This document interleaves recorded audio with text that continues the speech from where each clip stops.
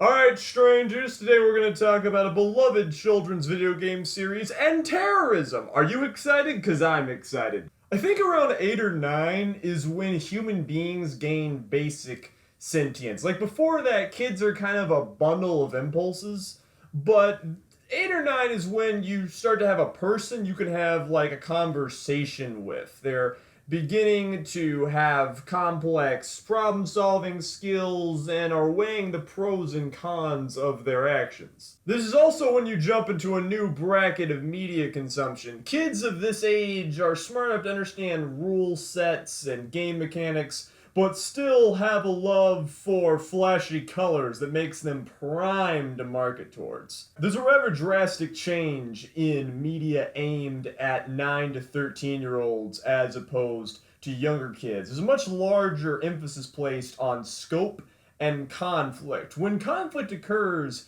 in media aimed at younger children, the stakes are generally quite low, and the villains are portrayed more as mischievous tricksters than hardened criminals. The 9 market is where you start to get proper villains, evil madmen with billowing capes and dastardly plans to take over the world. When I was a kid, these were Voldemort, Maximilian Pegasus, Deathstroke, and Xemnas. It's kind of odd how dark these plots can be on paper. You can have characters functionally die and plots to destroy the entire world, extinguish humanity. Avatar: The Last Airbender was like the premier action kids show of the aughts, and it featured colonization, genocide, ecological destruction, and open warfare. 9-year-olds loved it. I think when you're that age, you want things to matter. You're starting to find out how large the world is. You want stories about alternate dimensions and battles for the fate of the universe. Things can still be big to you. And violence is a big part of that. Human beings do conflict. 9-year-olds know it, they like it, and they want to see it. But there's still a lot that we shield 9-year-olds from. Like if I had a 9-year-old son or daughter, I probably wouldn't want them to see a lot of depictions of intense violence. For most people, blood is out of the question, but I definitely stay away from anything that's realistic or dismembery. Is that a word? Sexuality is a no-go in most cultures, and I'd also probably steer away from explicit criminality, mass death, grief, suicide, sadistic intent, that kind of thing. The world is messy, and we want to shield children from that mess.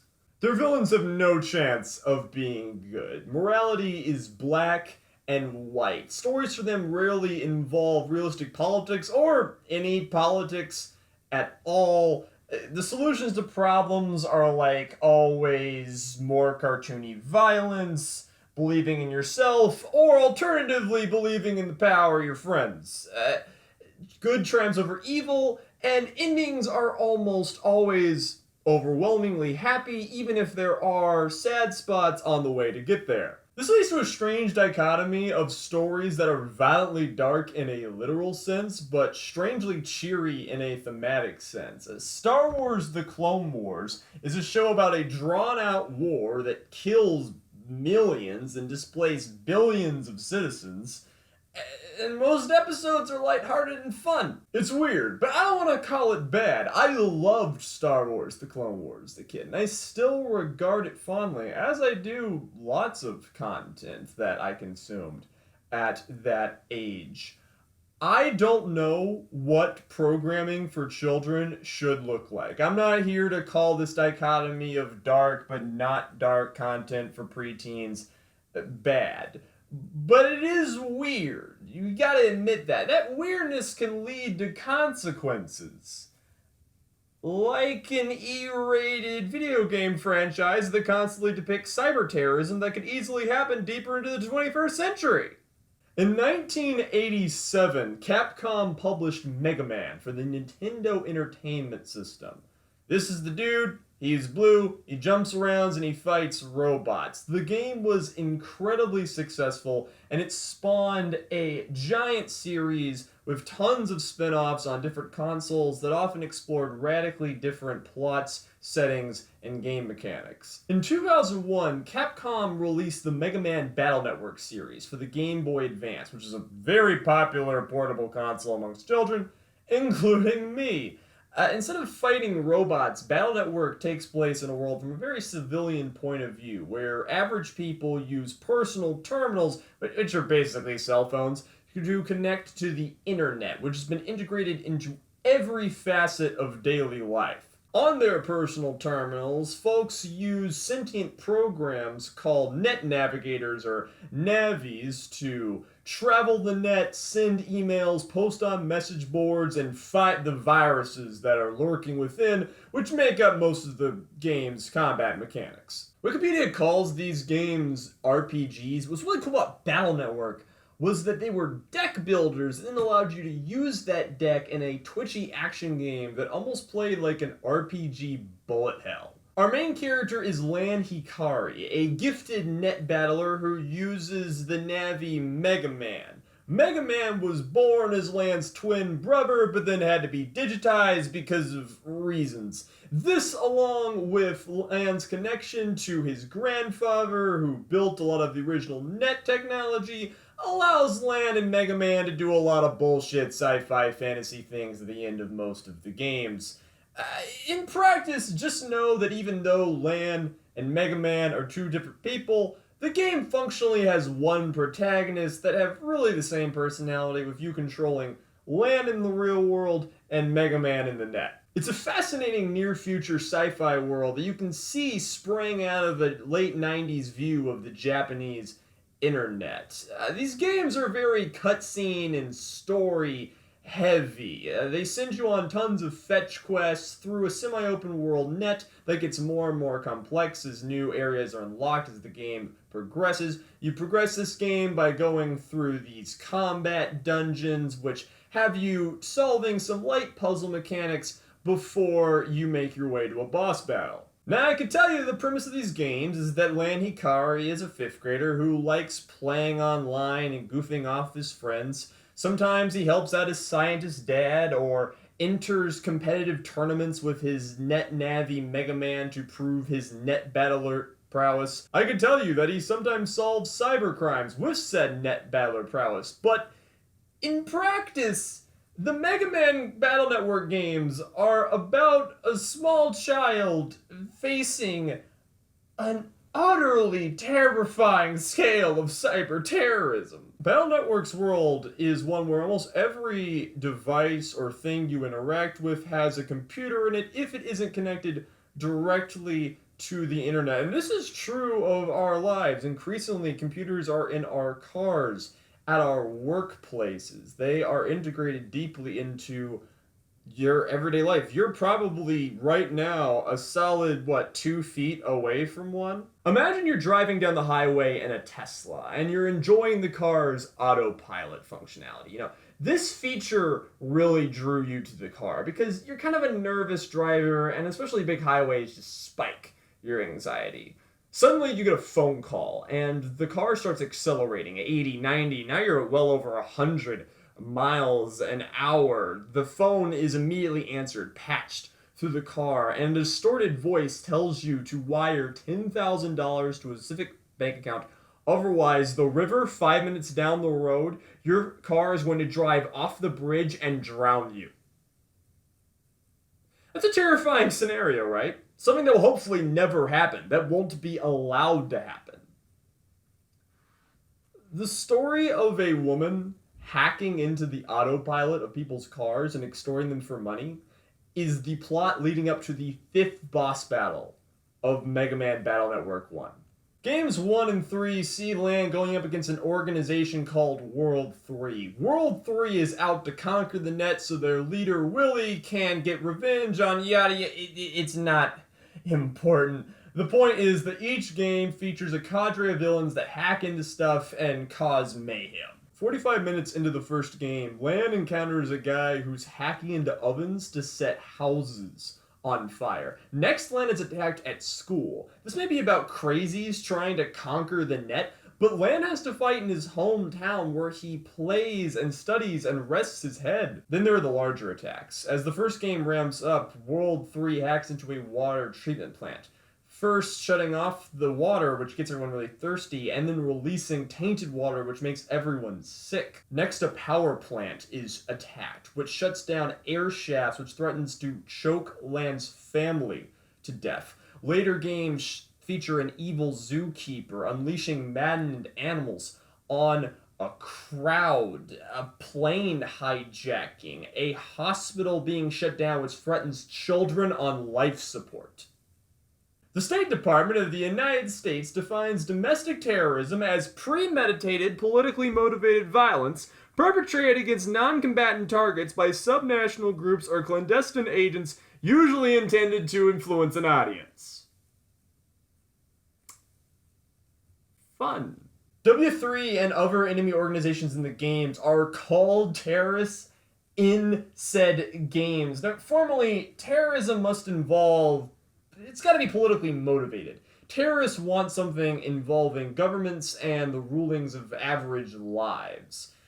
Mega Man's organizations are not so complex. Their attacks are generally to demonstrate their power. At one point, they extort people to raise funds, like I spoke about earlier. Very, very commonly, their attacks are like distractions, so an operative can hack into a special computer to get a fragment of a program, and then they're going to assemble the program to create some mega weapon that's the final boss of the game. That happens, I think, more than once. But these organizations don't target government offices or military installations, but civilian targets. The government usually gets involved as the game plots escalate, but Lan fights to protect his family and his classmates more often than not. It's a horrifying portrait of domestic terrorism squeezed into a story built for the preteen age bracket. What hits harder is that many of the episodic encounters feels like things that could really happen now.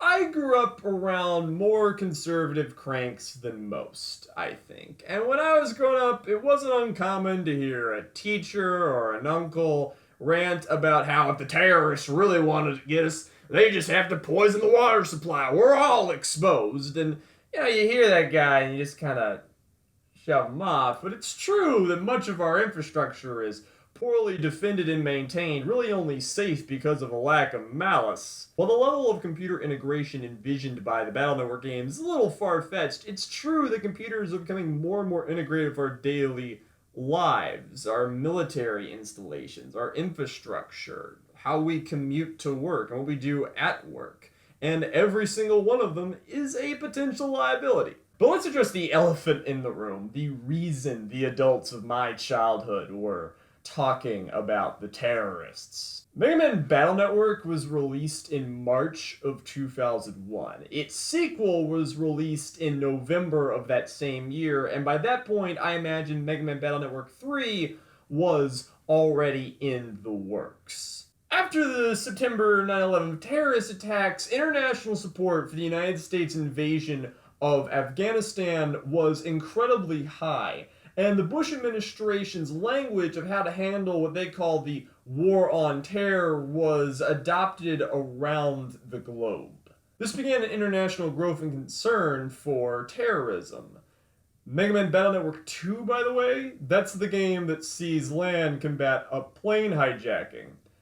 Now, I cannot definitively claim that after 9/11, some executive in Capcom drew the writers into a room and told them to cool it with all of the attacks on civilian infrastructure, but it is true that the series was overhauled for Battle Networks 4, 5, and 6, with the series taking on a much more fantastical tone as Lan worked to free the net from literally dark forces. This would transition to the era of the Nintendo DS, where the Battle Network series would be retired for the Star Force games, which was even more fantastical, and as a young child who played both, I will claim was aimed probably at a more international audience. I have no evidence that this censorship occurred other than the plot of the games and the timing involved. It's true by Battle Network 3, they were running out of cool and interesting things to hack into. Like, there's this part in 3 where they hack into washing machines that envelop women in bubbles that are rigged to explode.